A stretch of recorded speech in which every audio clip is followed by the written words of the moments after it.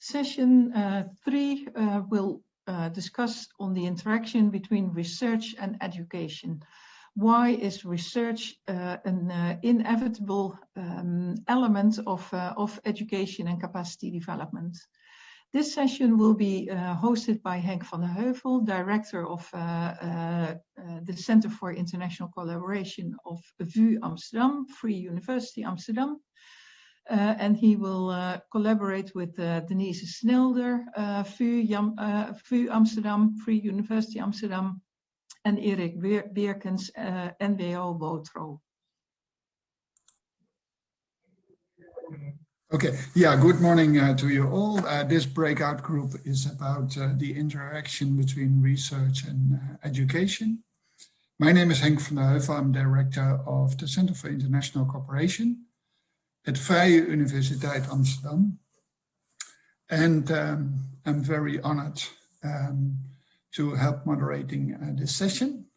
As Marianne told us in the beginning, there is a specific output from this hour discussion.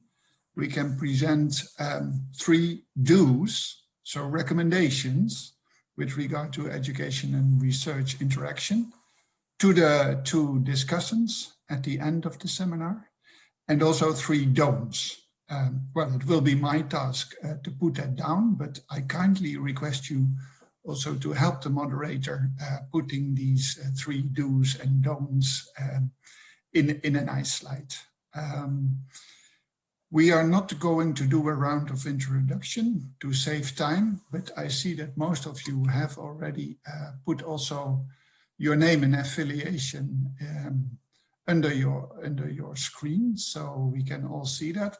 Perhaps everyone can also put his or her name and your institution in the chat, so that we also can see in the chat who is there. I will start doing myself.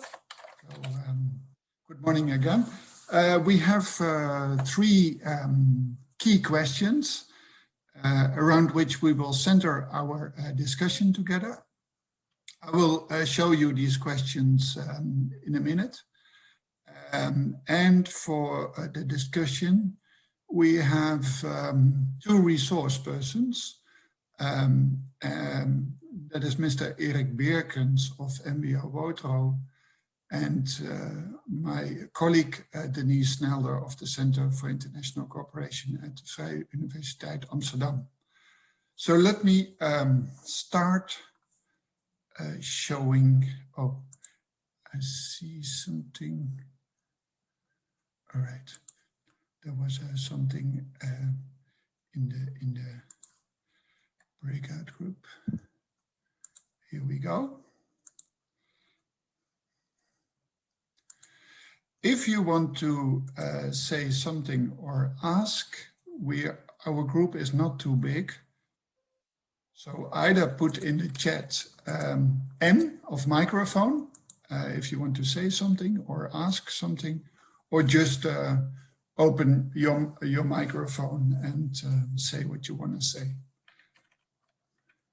So this is our purpose of this breakout session: discuss elements that are crucial for sustainable cooperation with the Global South in the field of higher education and research.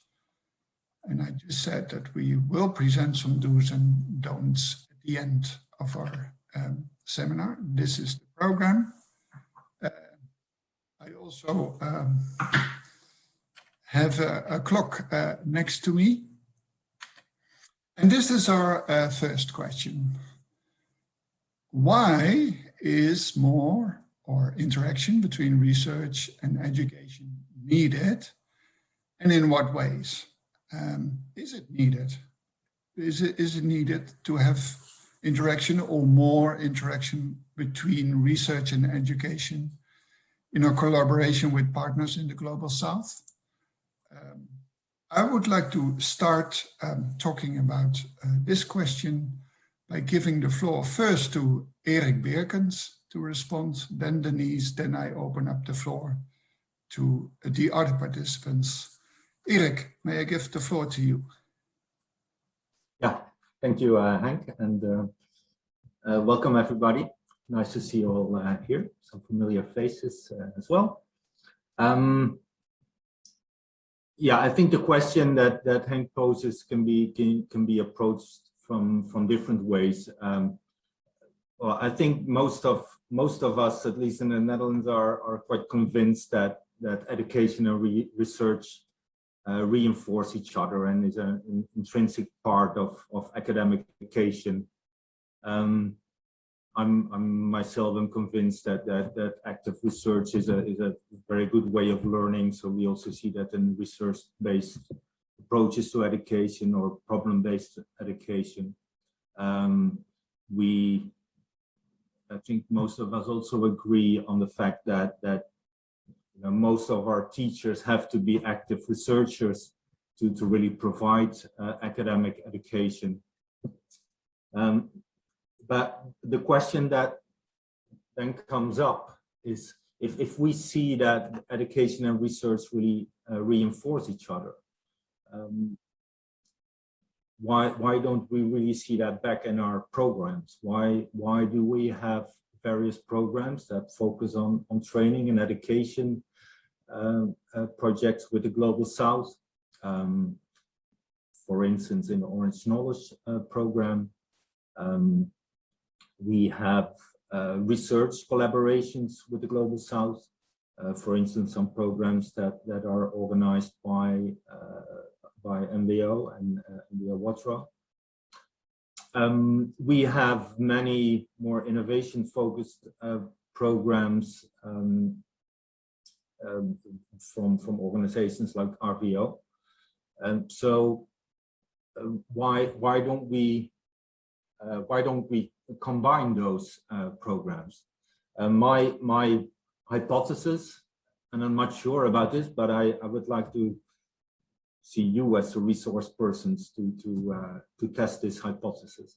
My hypothesis would be that if we have a better connection between our international education programs, our international research programs, our international innovation and economic programs, that we could create a lot more synergy in our activities. And through that, create a lot more impact in the countries that we're working in. So that would be my hypothesis to put forward here. Thanks very much, Eric, for kicking off with question number 1. Denise, over to you. Do you have anything to add to what Eric already said? And perhaps you could share with us a specific example from your own experience. You are a living example of combining doing research and education. So please go ahead. Thank you, Henk. Good morning to all. Also, thank you for the compliment, being a living example. I think, you can look at the importance of interaction between research and education from the lecturer teacher's perspective, but also from the researcher perspective. And let me just discuss a few points based on a project that we have. I saw somebody of NUFIC is here as well. It's a niche project in Kenya. It's on spatial planning and for agribusiness and policy development.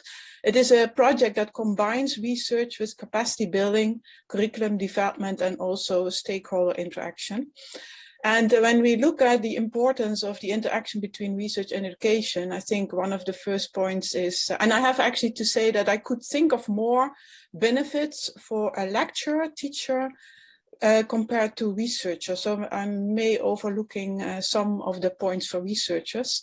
But the first point is that we bring in our research into teaching. So when we provide courses, we use examples from the project, from research to present to students. So to make the practice of research more tangible for students, it helps them to understand how theories, concepts, and lessons learned in the classroom can be applied in research. So that's what we try to show.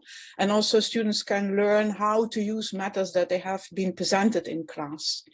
And at the same time, it offers students also the possibility to participate in research and educational exercise. We have master students, bachelor students, and PhDs participating in this project, both from the north and from Kenya, just from the Netherlands and Kenya. And often it is, of course, not easy to find sufficient internships. So a project like this offers internships, so that's very important as well.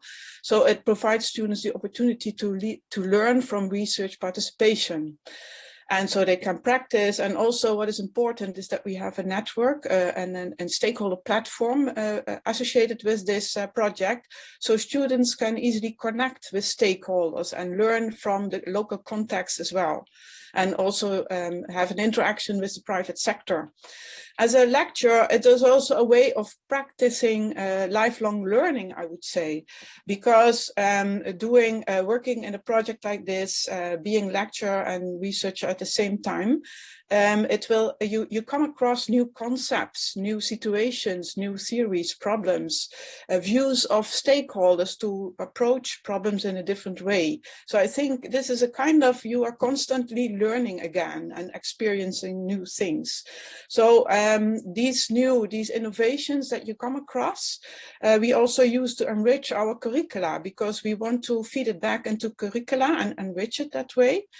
And also it gives new ideas for research topics. We are a constant interaction with stakeholders. So we also ask them, is there any research needs that you have? So it also can enrich our research agendas. So I think that's also an important point. And as a researcher, we also work a lot with young students. You are exposed to ideas from the youth, I would say, learning from students, and at the same time also from both sides, Netherlands and Kenya, but also learning from researchers in Kenya about local context. And also researchers can benefit from participation of students in surveys, for instance. So it's a win-win situation. Students can learn how to set up a survey, how to conduct a research, and the researcher is able to cover larger sample sizes, for example. So these are just some of the examples I can bring forward. Henk, back to you. Thanks so much, Denise. So with the input from Eric and Denise, we already have a concept note for a joint publication with 10 co-authors on this topic. But I'm sure that the other participants will be able to enrich our discussion even more. And if you please, could also mention an example of a case of interaction, a good example, positive, or maybe a negative example of trying to reinforce the interaction between research and education. Please say so. Who can I give the floor? I see Han raising his hand. I do not see everyone in my screen, but I see Han. So Han, I start with you. Okay, thank you. Good morning, everybody. Sorry, excuse me. I tend to agree with almost everything that already has been said, but I want to make one observation. And that is that this is a rather, it's a view, a perspective from a university or from the academic world, so to say. And we are, of course, not the only stakeholder in knowledge cooperation with the Global South. I think it's important to make a distinction, at least on both the side of, I would say, providers. I don't like the word provider actually, but anyway, those who are engaged in a project and are offering things, because I think there are providers who are just not that much interested in offering really the development of knowledge, of research, but just to offer training. And also on the demanding side, I think you can make this distinction. There are a lot of occasions in which there is, how would I say, just a need for rather hands-on practical information. And that requires another type of training. I guess that's basically also a question. Maybe it's a wrong assumption. And maybe still you need a kind of knowledge development also in those trainings. I thought it was a very interesting remark that Erik made, and that was that most of the programs don't accommodate the combination of research and education in a good way. Yes, that's very recognizable. I agree with that. But that also, why is that? That's probably the most important question here. I think most of those who develop those programs, they want rather clear-cut results, and they see generally they tend to see research development as quite another thing than as just knowledge transfer. For knowledge transfer, you need much shorter routes, much more clear-cut, straight toward a target, and that's what we have seen in development cooperation, I think, in the last 5 or 10 years as the dominant trend. And that's why you see so much tailor-made trainings and this type of approaches in a program like Orange Knowledge Program, which of course indeed gives little room for research or research-oriented approaches to education. Thanks so much for sharing your critical comments and observations, Halm. You also are pleading to test assumptions. That not everyone is interested in research or interaction with education who is involved in implementing, for instance, NAFIC-funded projects. Who else could I see Wiebe raising his hand, and then Arend Jan. Wiebe, you first. Thanks. Wiebe from Groningen. Well, connecting right at the last sentence you mentioned, Henk, and what Erik, I think, mentioned before. First of all, the question, if an institution wants to participate in this type of projects or cooperation with the Global South or wherever, and the organization structure in a university, in our university, research and education are really different departments. It's always difficult to connect them, and that comes back in the real world and in the projects further away. And then we had some other talks within our institution lately about, well, the new strategic plan and how to implement it, and academics were asked if they could participate in different projects inside within the university. And well, a general comment was, well, during the day we have education, in the evening we have research, and this extra new project should come during the night. And well, that shows a little bit the work pressure there is from all the academics. And well, that gives immediately right away why most of them are not so much willing to participate in this type of project, or it should be really related to and almost immediately have effect on their research results or within the education what they do. So that's a difficult thing. Just if they are, in principle, they are willing to do, but yeah, they find the time, and yeah, if it is recognized within a university or an institution in the Netherlands that this is important, that's also a major issue, I think.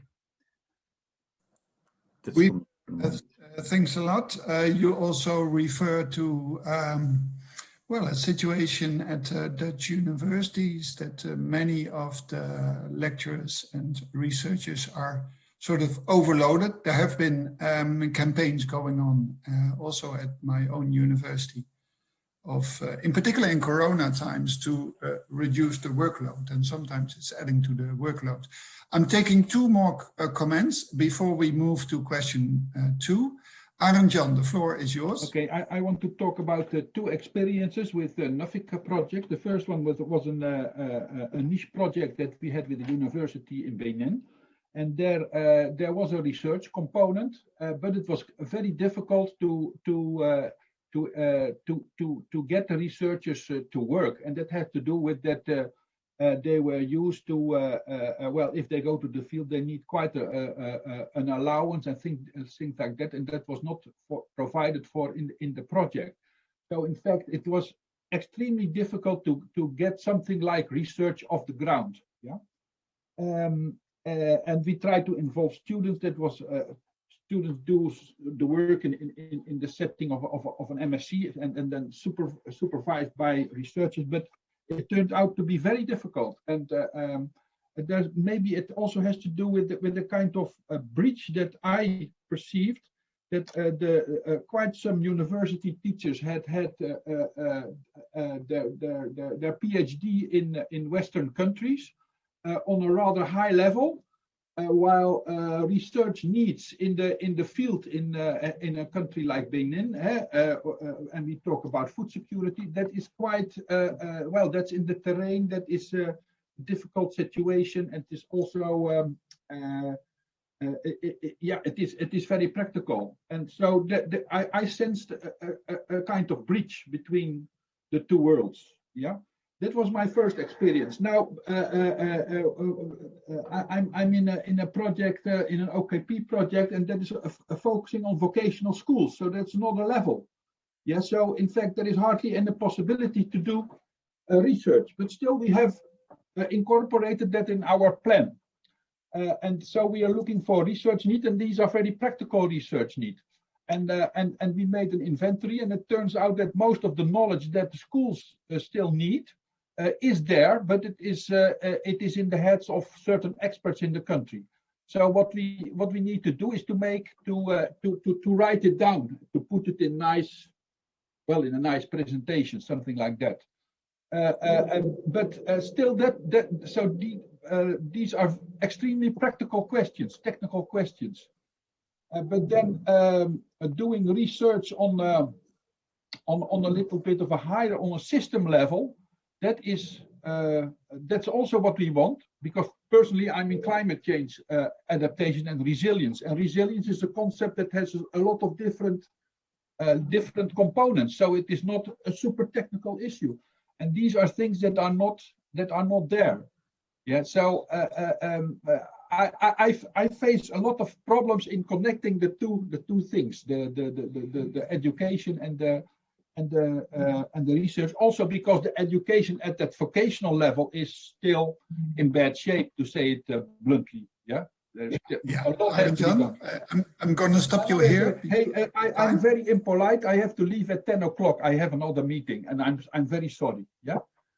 Okay, but now you had your opportunity. You do not only report on obstacles and challenges, but also you come up with some practical solutions. Being a little bit creative will also allow to do some practical research. Yeah, because that is also needed. There is a need for it. Yeah. Yeah, thanks very much. Finally, for this question, Maaike de Loor, you would like to comment as well?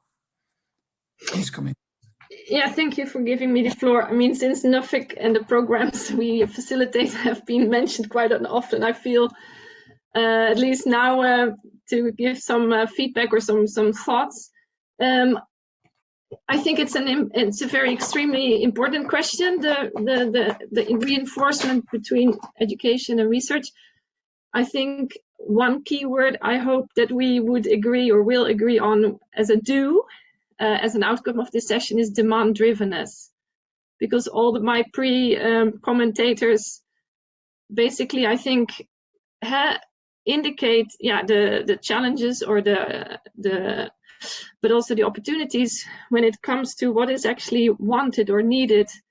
And of course, the programs that we have been facilitating, which Anish is mentioned, of course, OKP is mentioned, of course. Yeah, the research component, time-wise, has been more challenged to set it up in a good way, I would argue, because Orange Launch program has a very short running time, much shorter than a niche. So that's one thing. On the other hand, we do get, and I must say also that I understood from my colleagues who've been around in NUFIC longer that there was also a decision made to focus OKP on education and less on the research. However, I still want to make the demand drivenness more the key basically, what is the purpose? So what do our southern colleague at the universities and also vocational education levels, what is it that they need? So I try to at least entertain when I do see in the proposals elements of research. Yes, it's not possible really to have a full PhD, but still I have seen very creative ways of exactly meeting those needs for practical research, getting hands dirty, experiment with students and lecturers, and also get the skills. So it's not only the knowledge transfer for education, but very much also skills transfer for research abilities, which I understand from the proposals we get and the discussions I have. I manage the MENA region countries. So it's really clear that the demand-drivenness is there for research elements. So we've been trying to entertain these within, and of course the instrument, okay, the TMT is not the place again because it's too short, but we have of course the partnerships where you can definitely entertain research components. So that's basically what I would say to have to be clear on the purpose and the demand-drivenness. And of course, yeah, it's up to you to make this statement for hopefully a follow-up program of Orange Knowledge Program. And of course, yeah, it would be in the interest of both the research and also the reinforcing of the education programs when there would be more time available indeed for both the Dutch and the development cooperation partners to really explore these two elements. Thank you, Maaike. Demand-drivenness stands out in your comments. We take a note of that, and also thank you very much for thinking along with the moderator. We all already have one do, if the other participants also agree. Let us now move to question number 2. I hope you can all see this now on the screen. If you open too many windows, then it becomes a little bit slower. How can we strengthen the interaction between research and education? Now we turn it around. I'll give the floor to Denise first, after that Eric, and then we open the floor for all the participants. Denise. Thank you, Henk. I have given already some examples of how we try to strengthen the interaction in my previous points, but I was thinking when Han was referring to the provision institutions and the requesting institutions, I think what we try to do is in our project is not to make that distinction so much and try to collaborate, to do joint teaching, joint research, to make sure there are interlinkages between education and research, so that and also joint facilitation of workshops. So we always try to link up with our Kenyan partner in that sense. So that's what we try to do. And I'm very much aware that maybe in our case, we are dealing with a capacity building of a university, and that's something else than when you are dealing with a TVET. So that I do agree that particularly for research that may have more challenges, but in our case it's actually working very well, and I can notice that there is much more a balance. We feed each other with knowledge in terms of research, but also for education, I think, and that balance I really appreciate, and I really can notice also now we were developing a new proposal, and you could see that there is from both sides we go up alongside, so there is much interaction, and I could notice that there is so much more balance than when we start a project. So I that's what I really like. So that's what I want to bring forward. So in your policy of inviting participants to training workshops, inviting both the lecturers and the researchers, you yes. Stimulate the interaction. Yeah, and also make sure that it's not the northern partner who is facilitating everything. We are always doing it together in teams with the southern partner, never alone. And they also bring in knowledge. So they also have, their perspective. So we would like to see that as well. And that's what we really always do. And I think that really helps a lot to get the ownership also from the southern institution. Thank you, Denise. Eric, what's your view on this point? Well, I think we heard in the previous round already some examples of how we can strengthen the interaction, but also some clear obstacles for that. And I would like to go into a few of those that were mentioned. First of all, that we want clear-cut results. We it kind of means we're all working from our own perspective, and I think we have to let go of that. I mean, we have.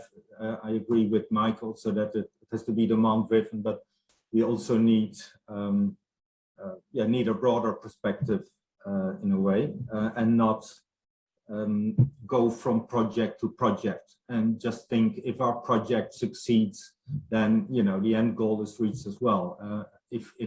If all our different projects don't create some type of synergy, I think in the end, we don't achieve the impact that we would like to achieve. Another thing is that what I see is that people often think that education and research and all the other activities has to be combined in one person or in one small group. I look more at it from a program perspective.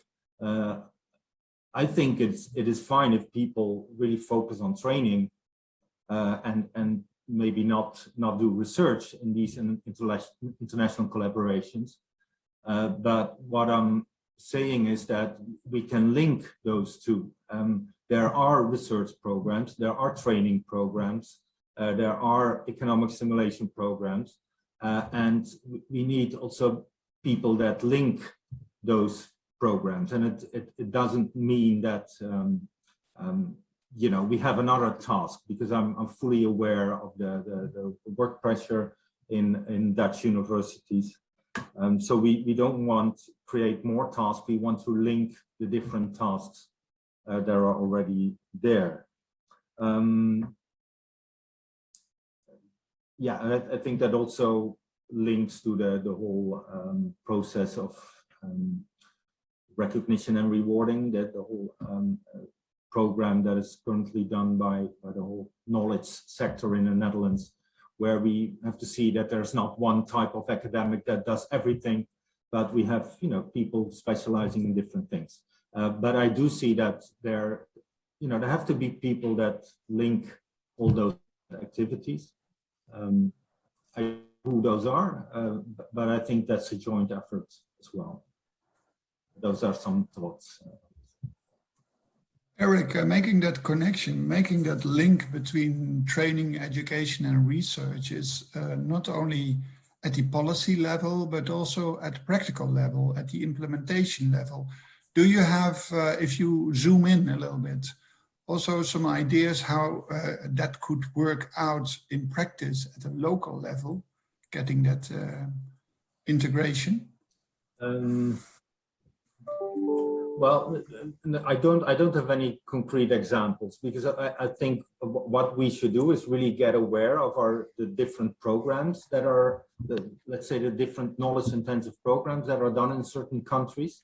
But I'm pretty sure if we look at, let's say, the OKP project in Bangladesh focusing on food security, and link them with the projects that we are doing there on delta management related to climate and agriculture, and link that to programs of RVO like Fonds Duurzaam Water, which also has a lot of projects in the same area. I'm pretty sure that there are ways that could reinforce each other. And the problem is exactly that I'm not sufficiently aware of what NAFIC programs or the OKP programs are doing and what the RVO programs are doing. So that would be a first step to make it concrete, to see how they can reinforce each other. Thanks very much. I think Paula wanted to comment. Paula, floor is yours. Okay, thank you. Yeah, I would like to add something very practical, because we all have now a lot of experience with online teaching and guiding PhD candidates and whatsoever. And I see nice experiences, for example, at our psychology department, who have a real good interaction at the moment with students and PhD candidates from some universities in Indonesia. So they link to each other on very regular basis, pure by the fact that we have now these instruments online. So I would like to stress out that could be, when you look in terms of are there lacks in, for example, research methods or that kind of practical issues that you can solve with more making use of online tools that we have. So that could give a good combination of a good connection between research and education. Very good mentioning that. The Corona times also come with some advantages when it comes to more online teaching and training and interaction. And you give Indonesia as an example, which is an enormous country. So in that sense, it is also a way of bringing, indeed, early stage researchers and students together. While we're having this discussion, I also realized that eventually we're talking about enriching and reinforcing research cultures by having more interaction between education and research and students and researchers and lecturers. Han, I think you wanted to come in at this point. You're muted, Han, sorry. Muted. Yeah, now you hear me. Yes, sorry. Yeah, well, maybe it's good to describe my kind of ideal. That's from a university perspective, so that's not what is determined by programs or anything. We had a cooperation for quite a while with also with the university in Indonesia. This was about international law. And this was a kind of combination, and I think there you see a very good, how would I say, combination of research and education. International law, so we had a university, they offer certain programs and courses in international law, and they have, of course, a staff. It was a law department. So what we did was we did an update for them in several relevant issues in international law. That was the starting point. And from there on, it appeared that there were quite some lags, so to say, white spots in their knowledge, what they should know on recent developments in international law. And based on that, we developed a kind of research cooperation program between our people, our staff in international law and that department. So there was a research cooperation with on certain topics, certain targets. We also selected several PhD candidates, junior staff, early career researchers from the partner who would do a PhD in cooperation with us. And they would, of course, be the future knowledge capacity in that department. And alongside, you improve also the educational programs who are going to be delivered in the future by those researchers. So you have a kind of full package, but to realize such a package, it really would take about 10 years. I think you should think in terms of that. PhD already takes 5 years or so. So if you are going for 4 or 5 PhDs, not all at the same time, you easily get into in 10 years. Also, improving an educational program in phases is quite a cycle. And then the problem is, of course, that there is hardly a program to be found which can accommodate a cooperation like that. Ideally, you can do that in 2 or 3 phases. But there were programs in the past who more or less accommodated this. In current OKP, you can't. You have research programs, you can't, because that's really research and not about education. And that's one of the big challenges, I think. But if you can put this all together, I think it's one of the most effective and also sustainable ways. It's also very sustainable because you involve people basically on their content interest, their research interests, and that makes it very sustainable. Good ideas, Han. Thank you for sharing. I'm also thinking about the output of our breakout group, about the don'ts. Are there particular things we should not do if we want to reinforce the interaction between research and education? Who would like to take this question? Maybe one quick reaction to that is, well, you have to make a program which allows for both for research and education, and there's mutual reinforcement, because most programs actually don't currently. That's do. So that's a don't. Yeah, we can always phrase the don'ts as do's and the other way around, of course. But does anyone else have very strong advice? Don't do it this way. Eric, you were saying do not go from project to project. So in other words, a more systematic approach. Yeah, I was thinking about what Ineke Sluiter recently said on in some interviews, being against this whole projectification of science. And I know that we are part of that as well, because we have to work in projects and that take a specific time. But I totally agree that especially for these types of programs, we have to get rid of that. We do need a longer term perspective on the one hand, but also not create all these little silos between projects. So I mean, what we are working on, especially now we are in the end phases of many research programs that we do with the Ministry of Foreign Affairs, is just keep on focusing on the synergy between all those projects, and that delivers this whole, new knowledge. I think if we can take that along from the start, that would be very good. So no more projectification. Excellent, Eric. A wonderful one-liner. No silos between projects. I think Emmeline wanted to say something, and after that, Maaike and then Paula. So these are the three we are going to take. Emmeline?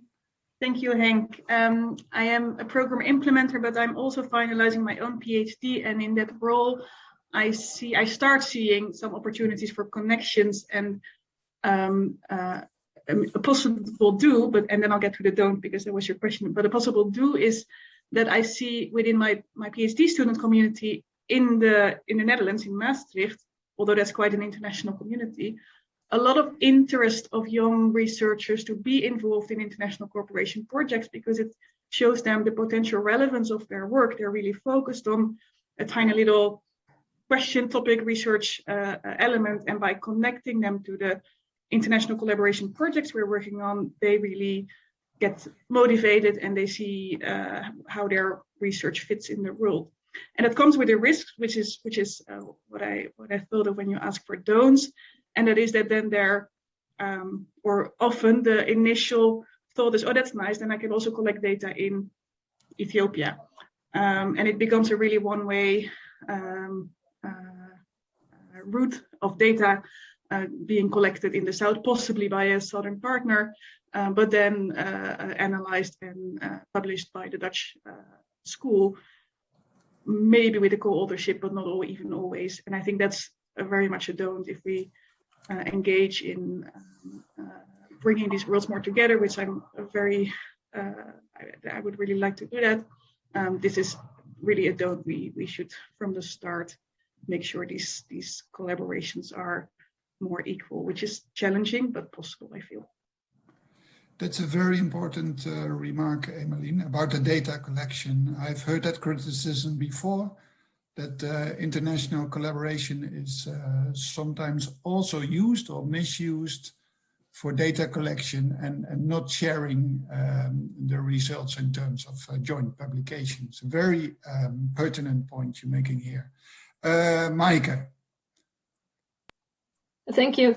I'm struggling to to say it in a don't fashion, but I think in the line of what Erik and Denise and others have said, the timeline. So don't have short timelines, and connected to, which is more of an appeal to our ministry. Foreign Affairs is financing most of all of this, I think we're talking about, is that we are actually operating in a program, I would argue, but of course don't do this projectification, totally agree, because that's even shorter in terms of timeline. But even I would make it more bold, don't have multiple programs launched one after another, because a do is to coordinate, which is also a very valid point of Erik, with your Bangladesh example, that I think we all have the responsibility when we are implementing in a country, that we have the responsibility to coordinate all of us so that we do have a longer term perspective and an overview of all the programs that are running in a country that can reinforce each other, both on a knowledge transfer but also on the research elements. However, the Ministry of Foreign Affairs launches program after program. We have a youth policy in the MENA region, we have labor market access, we have job skills nexus, we have OKP, we have and then they tumble on top of each other, and so the added value is then lost, because the implementing agencies, and most of you are part of multiple of these programs, they are then struggling to make it more worthwhile and to have this longer timeline to actually really think through what would be the best added value from all our knowledge transfer and research and education elements that we are going to deliver. And Maaike, then you're only talking about programs funded by the Dutch government. There are multiple programs also by other donor agencies. It seems to be an ongoing challenge, this coordination and coherence between the different programs and initiatives. Paula, you're the last one to respond to this question, and then we really have to go to the third and last question. Paula. Yes, thank you. Well, it's a bit the same in line as the former speaker. I would very much like to see that there would be more cooperation. For example, if you talk about NUFIC, together with that, to make a more comprehensive and more overall, perhaps even calls for example, German universities and Dutch universities to join. So that's. Yeah, okay, but that's already been said. I think we should include that advice to the discussants and the representatives of the Ministry of Foreign Affairs. Now I'm taking you to the final question for this group. And I hope that my slide is responding, and then you see it get stuck. Ah, here we are. Do universities, and I include here Universities of Applied Sciences, HBO, and MWO Wotero as a research funding organization, have shared interests in the interaction between research and education? And if so, how? And maybe to some extent, this question has already been touched upon, but maybe in addition to that, Erik, you want to make a strong statement here? Well, yeah, I think it's quite obvious if we both have as an ultimate aim to strengthen the local knowledge infrastructure in the countries that we're working in. We do have shared interests. All our interests are shared. Of course, you know, we have to, I'm sure there are some more short-term interests that you know, might have to be aligned a little bit, but I think in the end, this is both what we want. So we should be able to do that. So I don't see any conflict of interest. No, but why is it also in our interest to strengthen the knowledge infrastructure in the Global South? What is it good for us? I'm trying to provoke you, Erik. Yeah, well, because that's one of your missions. You know, you have your missions of teaching, research, and societal outreach. And societal outreach does not stop at the border, but is a global one. And you know, not everybody has to work on global issues, but all the people gathered here are working on that. And then that is, I hope people are not joining the OKP program to recruit a few more students to their universities, but to make a change in those countries. And in the end, that is what we're all doing. I have also one thing about the, let's say, the length of those programs. Of course, we have to also see that funders like a ministry has to deal with political changes and cannot offer money for 20-year projects or programs. But I do think that there are ways to become more flexible in the long term. If we, for instance, take the Groeifonds, which was presented last week as an example, I mean, those are all really big programs with a lot of money involved, and not everything is spent, but there are reservations for the longer term, and maybe that's also a way that we could work as well. So have a sort of Groeifonds for, let's say, the knowledge infrastructure in the global south. That's the overall aim we're all working on together. As PI, we also have been lobbying with the Ministry of Foreign Affairs to get a successor to the Orange Knowledge Program. We made a statement that we shared with all our members, but also external stakeholders, including the ministry. And one of the responses of one of the spokespersons from Foreign Affairs was, your statement is too much focused on your own institutional interests. I found that quite a criticism, I must say. So therefore, I was also provoking you, Eric, and I think I agree with your reply. But I just if the with you. Yeah, sorry. If this was about the institutional interest, we should be lobbying at the Ministry of Education, which we could still do, I think, because there's a shared interest. But if we expect to get funding from a Ministry of Foreign Affairs, then we also have to see that our interest is over there and not at our own institution. Well, we might consider that, including this in our reporting back, whether we should only focus on the Ministry of Foreign Affairs, NUFIC and MBO-WOTRO, or perhaps have a little bit of a broader perspective and also look at the Ministry of Education. Denise, first. I may make one remark. I'm always getting angry. You're ignoring the moderator, Han. Okay. Yes, that's because I'm angry. No, really, because what's the problem with having an institutional interest? They would love to have an institutional interest from our side in this type of cooperation. So what are we talking about?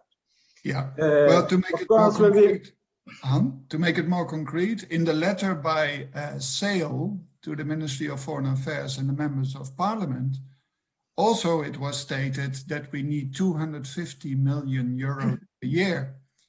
And then a spokesperson at Foreign Affairs asked, what will you do with all that money? So be prepared that that question may come up in the plenary later this morning. Back to Denise now. Okay. Is that okay? Okay, you are addressing me, right? Yes. Yeah, so I think I do agree that the interaction is, of course, we have a shared interest.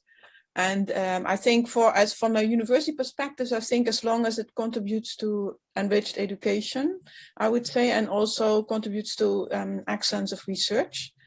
And so that's a challenge, but I was also thinking the university has actually 3 missions. It's not only education research, but also community services. So in that sense, that also links up with the earlier question of Henk, why we like to contribute to knowledge in the South. Maybe that is also partly related to that, but also here in the Netherlands, I think community services can be linked with education and also with research. So I think these community services we also need to think of. I think that's an important aspect as well. And that's also in the South the same. They also have this mission of contributing to communities. So the societal relevance is very important. Thanks for mentioning that as well, Denise. Who would like to comment as well? Maybe we have it all. I raised my hand. Is that okay? Yes. Yeah, you can raise your hand and then I give you the word. You did already quite some time. Okay. No, thanks, Denise. Actually, can I translate your valid point about impact? So I think also bringing it back to the important points, and hopefully Han remains angry for good reasons to make our points in terms of who to engage, and that means I would argue, for example, also the Ministry of Infrastructure and Water. I mean, I'm also working a lot on the water sector, and therefore I know there are multiple programs being considered and reconsidered for prolongation, which definitely are much more than 4 years. They're talking ahead. We have Partners for Water, the Blue Deal. They are going for 8 years. So it's possible, and I think that should be included in our lobby strategy, and also therefore looking at different ministries. And I also want to just make a point. It's true, the reactions from the Ministry of Foreign Affairs is a clear one. On the other hand, I would also argue we hear them speak in multiple tongues. We know that, for example, the alumni that we have gathered for over all these decades, they are an absolute, very important, I would argue, asset for our institutional, I mean, the Netherlands as a country, institutional continuation. And I also know that the Ministry of Foreign Affairs does value the investment we have made for decades in foreign human capital that are now running ministries in various developing countries. And on one hand, yeah, they have decided to do away with our alumni facilitation and maintaining that very valuable human capital pool that we have invested in globally. On the other hand, we do know that there are voices that want to maintain this because it is in the Dutch interest with our trade and aid agenda. So I'm just wanting to make sure that we have opportunity to voice or to feedback also and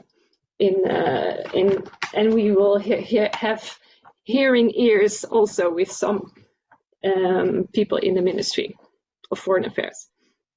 Maaike, on behalf of the board, I would like to invite you to become one of our lobbyists. I'm waiting to see whether you accept our invitation. Thanks very much. Han?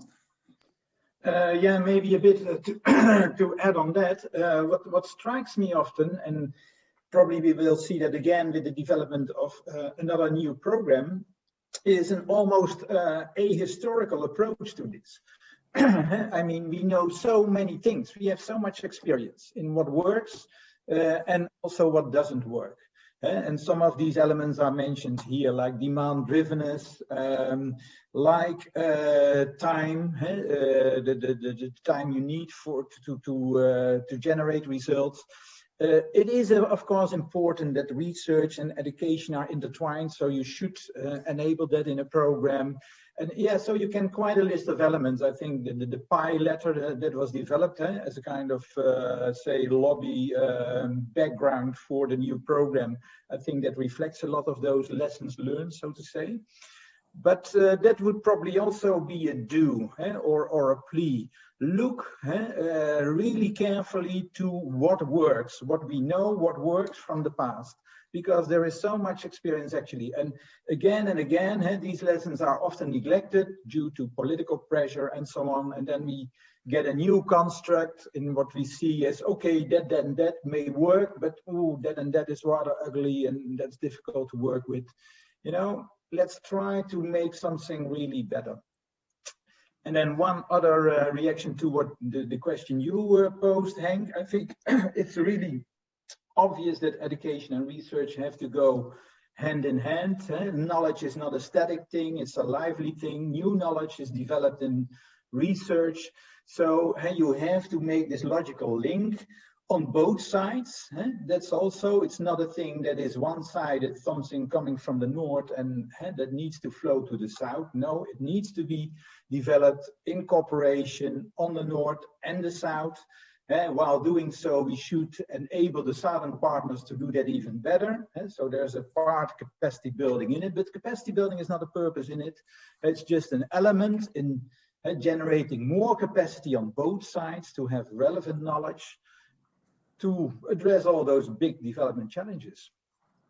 Noted, Han. Before we close the session, I would like to give the opportunity to two participants who have been very patient. Joanne Bescott, ISS, Margrethe Lange, I think Utrecht University. Margrethe, you also have a long-standing experience track record in collaborating with universities in Southern Africa. Joanne, Margrethe, you would like to give a final word to our breakout group? Thanks, Henk. Yeah, when I started tuning in, I was away for a few minutes because I tried to move to another room and then my connection broke down, but I hope I didn't miss too much. Is that even a question? For me, education and research are intertwined and interlinked and are, I wrote down a sine qua non. I mean, how can we do it without, you know? And my second point is I almost always agree with Han. So that's why I'm silent, because then he said, you know, he makes mostly points that I was planning to make, so I don't need to make them. Including the last one, learning from the past. I mean, we know about a lot of things that that work, and you know, let's not try to reinvent the wheel every time. So that's. Thank you, Margrethe. Joanne, to you to say the final word of this session. Yeah, no, I was also a bit quiet because in many ways I think I'm just going to repeat what other people have said, but I think perhaps the one I'd really like, well, there are several I'd like to echo, but perhaps if I just stay with one, which is the timings and the so it's, I think, so much around the timings. It's lead into calls. It's the flexibility within programs, because if you talk really about cooperation, you don't know when you start off working with people where you're going to end, and so there needs to be longer times and some kind of more flexible way of allowing cooperation to develop over a longer time without having to run around from one project to the next and round up one and then jump to the next, and it allows no space for, I would say, real learning and true cooperation from both sides. So very good point, Joanne. So we thanks very much. We have about 30 seconds left now before we close. After this session, we will have a short break, and I will do my very best to put together the 3 do's and the 3 don'ts.